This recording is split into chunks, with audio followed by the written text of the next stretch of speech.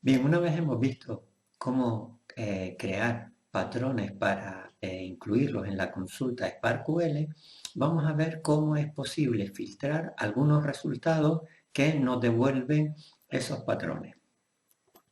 Eh, para ello, lo que vamos a utilizar es la palabra clave o la construcción filter. Filter lo que nos va a permitir es realizar una serie de comparaciones entre variables, por ejemplo, con las comparaciones típicas de mayor, igual, menor, igual, permite agrupar combinaciones lógicas y por último también permite utilizar predicados unarios, concretamente expresiones regulares. En un caso como el que muestramos aquí, tendríamos por un lado un patrón de grafo formado por un patrón de tripleta P1, otro patrón de tripleta P2 que asignan valores a variables procedentes o tomadas del grafo en el que se esté realizando la consulta. Si se quiere filtrar los resultados devueltos por estos dos patrones de tripleta, se utilizaría, como indicamos anteriormente, la construcción filter. La sintaxis sería filter y entre paréntesis la expresión lógica. Indicar que filter funciona similar a cómo funcionan los patrones de tripleta en cuanto a la existencia de varios. Es decir, si existe más de una construcción filter, el resultado sería equivalente a un ilógico, es decir, se deberían cumplir todas las expresiones lógicas para que la asignación a variables se devuelva mediante la construcción select o mediante el construct, dependiendo de qué tipo de resultado vaya a dar la consulta SparkQL.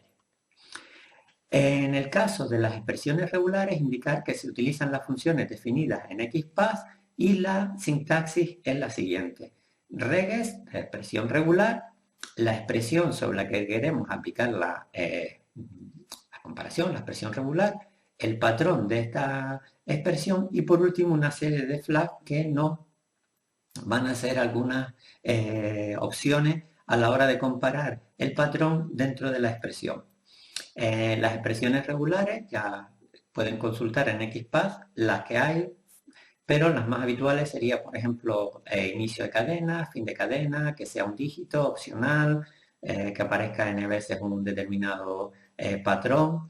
Y en cuanto a los flags, quizás los más interesantes sería el i, que hace que no haya una diferencia en la comparación entre mayúsculas y minúsculas, ya que si no se indica, la comparación es lo que se diría case sensitive, es decir, diferencia entre mayúsculas y minúsculas. En este caso, por ejemplo, tenemos un ejemplo donde se busca una determinada cadena de caracteres, en este caso ORG, dentro de un objeto, en este caso del homepage, de un nodo. Hay que señalar, y es muy importante, cuando se trata de URI, es decir, de recursos, los recursos no son cadenas de caracteres. Y por tanto, cuando se quieren utilizar dentro de una expresión regular del tipo regex, es importante convertirlo previamente a una cadena de caracteres, ya que de lo contrario no va a poder realizar la comparación, en este caso de la cadena de caracteres ORG dentro de la URI, en este caso si fuera una página web. Por tanto, esta sería la consulta que tendríamos que hacer si lo que queremos es que nos devuelva todas las páginas web y los nombres de aquellas personas cuya página web contiene la cadena ORG. A continuación vamos a ver algunos ejemplos de cómo utilizar la construcción filter para filtrar resultados procedentes de una en una consulta SparkQL. Para ello vamos a utilizar este grafo de ejemplo. Es un grafo donde tenemos 4 libros. Aquí tenemos el recurso asociado a cada uno de ellos y para cada libro tenemos su título y su precio. Bien, con esta consulta obtendríamos la asignación a las variables título y precio de todos los libros si no tuviéramos esta construcción filter. Con esta construcción filter lo que estamos haciendo es que solamente devolvemos aquellos resultados cuyo precio sea menor que 30. En este caso devolvería el libro de Semantic Web y SparkQL de Semantic Web. Ambos tienen un precio de 23 y 28 euros respectivamente. Podemos ver que Spark Tutorial y Introduction SparkQL, como tienen un precio superior a 30, no son devueltos. En este otro caso vamos a ver el ejemplo de utilizar una expresión regular. Vemos cómo lo que se busca aquí es que el título del libro contenga la palabra SparkQL. Como indiqué anteriormente, solamente buscaría aquellos títulos que tenga SparkQL en mayúscula. Si hubiera algún título que tuviera SparkQL en minúscula, no nos lo devolvería, ya que si quisiéramos que no diferenciara entre mayúsculas y minúsculas, tendríamos que utilizar el flag I, que indica que no hay diferencia entre ellos. El resultado en este caso vemos que sería Spark Tutorial, Spark and the Semantic Web, and Introduction SparkQL. En este último ejemplo de la construcción filter, vamos a ver cómo sería la conjunción de dos comparaciones. En este caso, lo que estamos haciendo es al resultado de la consulta anterior, es decir, aquella en la que solo devolvía los libros cuyo título contenía la palabra SparkQL, se le añade un nuevo filtrado. Es decir, que solamente devuelva aquellos libros que tienen en su título la palabra SparkQL y además el precio sea superior a 30 euros. Vemos que en este caso devuelve SparkQL Tutorial y a Introduction SparkQL. Y sin embargo, SparkQL and the Semantic Web, que costaba 28 euros, no es devuelto ya que no cumple en este caso esta segunda construcción de filtro. Para terminar esta parte, vamos a comentar cómo se tratan los nodos vacíos en las consultas SparkQL. Un nodo vacío en una consulta SparkQL, a la hora de devolverlo, funciona igual que cualquier otro tipo de nodo. Por ejemplo, vemos aquí que tenemos el grafo con dos personas, A y B, y en ambos tenemos la propiedad name del vocabulario FOAP. Estos nodos vemos que son nodos vacíos. Si se realiza esta consulta donde lo que devolvemos es el nodo y el nombre asociado a esa persona, vemos que nos ha devuelto en X la asociación al nodo. Bien, hasta el momento lo que hemos visto son los distintos patrones de consulta que podemos incluir dentro de la consulta SparkQL para seleccionar aquellas tripletas de grafo que nos interesan. Ahora lo que vamos a ver es la tercera parte que compone la consulta SparkQL, que son los modificadores. La utilidad de estos modificadores viene por el hecho de que cuando se realiza una consulta SparkQL, nos va a devolver todas las asignaciones a variables, en el caso de ser una consulta tipo select, de forma desordenada, es decir, se consideran como un conjunto de asignaciones, pero ese conjunto pues no tiene ningún tipo de orden, de número de elementos ni nada. Es más, pudiera ocurrir que la misma consulta ejecutada en con dos sistemas diferentes, aun devolviendo los mismos emparejamientos, en el caso del select, no los devuelva, por ejemplo, en el mismo orden. Para ello, se han creado una serie de modificadores que lo que realizan es, dado un conjunto de asignaciones, en el caso de un select como resultado de una consulta, genera un nuevo conjunto aplicando una serie de modificaciones o transformaciones a esta secuencia inicial. Estas transformaciones serían estas que vamos a ver aquí. La más importante, que sería limit, que limita el número de resultados, order by, que lo que nos va a permitir es ordenar el resultado pues, siguiendo algún criterio, distinct, que lo que va a permitir es que no existan repeticiones, y offset, que va a devolver el conjunto de resultados a partir de una determinada entrada. Vamos a ir viendo cada una de ellas. La primera, limit, lo que hace es que del total de resultados que devolvería la consulta, solamente devuelve el número indicado por num en la consulta limit. Bien, por ejemplo, aquí tenemos este grafo donde existe información de 3 libros utilizando los vocabularios Dublin Core 1.0 y Dublin Core 1.1. Si realizamos esta consulta, vemos que nos devuelve todas las tripletas que contiene el grafo, es decir, 6 tripletas.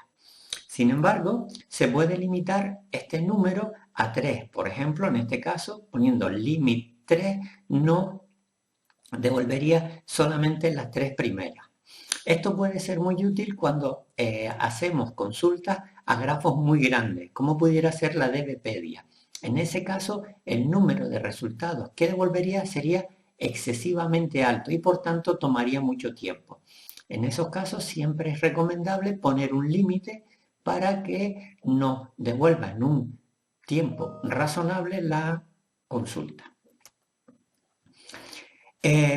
Como indicaba anteriormente, la misma consulta realizada sobre 2 sistemas diferentes pueden devolver los mismos resultados pero en orden diferente. Por tanto, si nosotros queremos siempre obtener los mismos resultados ordenados de la misma manera, se podría utilizar el modificador order by.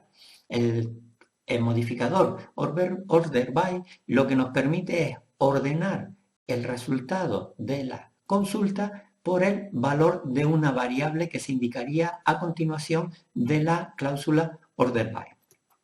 Aquí, por ejemplo, lo que vamos a tener es la misma consulta que teníamos antes para este grafo donde aparece información de los libros, pero va a ser ordenada por el valor del objeto. Es decir, lo que vamos a coger es las tripletas, ya que estamos devolviendo básicamente tripletas que devuelven la consulta, y ordenarlas por el valor del objeto.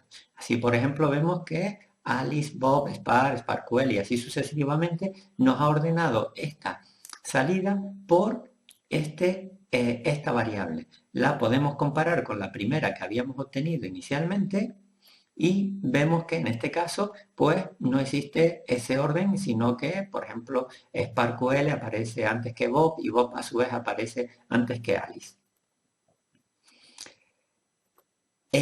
Otra cláusula que se suele utilizar, otro modificador, perdón, es el modificador offset. El modificador offset lo que nos va a permitir es devolver el resultado, pero no desde el comienzo, no desde la primera resultado, sino establecer un desplazamiento, es decir, a partir de un resultado son los resultados devueltos. Muy importante indicar que cuando se utiliza limit y offset no tiene mucho sentido, ya que el resultado suele ser impredecible, no se sabe muy bien lo que va a devolver. En ese caso, si se quiere utilizar limit y offset, es fundamental o es muy importante utilizarlos con un order by, ya que en ese caso primero se ordenan los resultados y luego se limita y se establece un offset a partir del límite establecido. Aquí, por ejemplo, vemos que si ponemos un offset 2, faltarían todavía los 2 primeros resultados que no se almacenan aquí, no se presentan, perdón, aquí, y se presenta solamente a partir del resultado 2. Habíamos visto que esta consulta producía 4 resultados, ya que el grafo poseía 4 tripletas. Sin embargo, aquí vemos que se muestran solamente, tenía 6 tripletas y aquí solamente se muestran 4. ¿Por qué? Porque se está mostrando solamente a partir de la tercera en adelante. Este es un ejemplo donde se utilizaría offset y limit conjuntamente. Vemos que es fundamental incluir la cláusula order by. De esta manera, primero se realiza una ordenación y luego ya mediante el offset y el limit se establecería dónde se quiere cortar y cuántos de estos elementos se presentaría. Una cláusula o un modificador muy utilizado es el modificador distinct. Este modificador, al igual que los anteriores, como puede ser order by, son similares a los que nos podemos encontrar en el lenguaje de consulta de bases relacionales SQL. Básicamente lo que hace es que obliga a que todos los resultados que devuelve la consulta sean distintos. Este es un caso donde lo que se pretende es obtener todas las relaciones que existen en un grafo, es decir, todos los predicados. La forma más sencilla de hacerlo es que el patrón de tripleta sea de este estilo, es decir, este patrón emparejaría con todas las tripletas del grafo y solamente seleccionamos la variable asociada al predicado, asociada a la relación. Si vemos el resultado, vemos que efectivamente nos devolvería todos los predicados que aparecen aquí. Tendríamos el título y el creador de cada uno de los libros. Sin embargo, se observa que por la propiedad creador del vocabulario Dublin Core 10 aparece más de una vez. O la del título. Vemos que aparece aquí el título con el Dublin Core 10 y aquí nuevamente el título con el Dublin Core 11, 1.1, perdón, y aquí también. Entonces, realmente a mí lo único que nos interesaba cuando se realiza esa consulta, básicamente lo que se quería era que nos mostrara todas las propiedades que hay. No es necesario que sean repetidas. Entonces, simplemente se añade el modificador distinct después de select y vemos que efectivamente ahora nos muestra solamente ocurrencias únicas de cada una de las propiedades que aparecen en este grafo. Hasta ahora nos hemos centrado para ver los distintos patrones de grafo en el resultado de tipo select, que es aquel que asignaba variables a valores que nos encontramos dentro del grafo. Otro de los tipos de resultados bastante útiles que se pueden utilizar con cierta frecuencia es el tipo de resultado construct. En este caso, a diferencia del select, que solamente devuelve las asignaciones de los valores que nos encontramos dentro del grafo a las variables, en este caso el resultado lo que va a hacer es un grafo, también asociando valores a determinadas variables que aparecen en la cláusula construct. La sintaxis para la cláusula construct es similar a un patrón de grafo, es decir, tendríamos que poner un patrón que va a corresponder con la salida del grafo que queremos obtener. Y en ese patrón van a aparecer una serie de variables a las que se le van a ir asignando valores en función de los emparejamientos del patrón de grafo de la consulta del web. La mejor forma de verlo quizás es mediante un ejemplo. Aquí tenemos información sobre 4 libros, donde para cada uno de los libros tenemos tanto su título como su autor.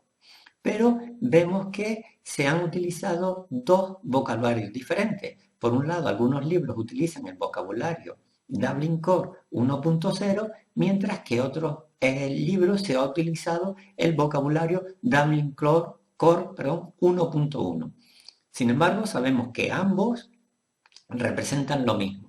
Por tanto, podríamos desear en algún momento determinado convertir este grafo a un solo vocabulario, es decir, podríamos decidir que queremos utilizar la versión de vocabulario 1.1 y convertir todo el grafo utilizando el vocabulario 1.1. En ese caso, lo que tendríamos que hacer es construir un nuevo grafo donde relacionamos cada libro con su título y cada libro con su autor utilizando el vocabulario Dublin Core 1.1.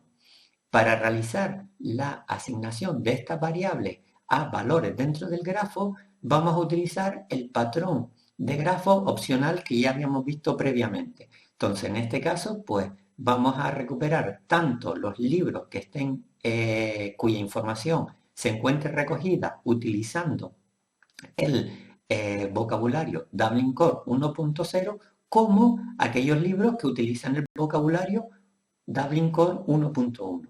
El resultado de esta consulta SparkQL lo vemos aquí. Vemos que esto es lo que vamos a obtener.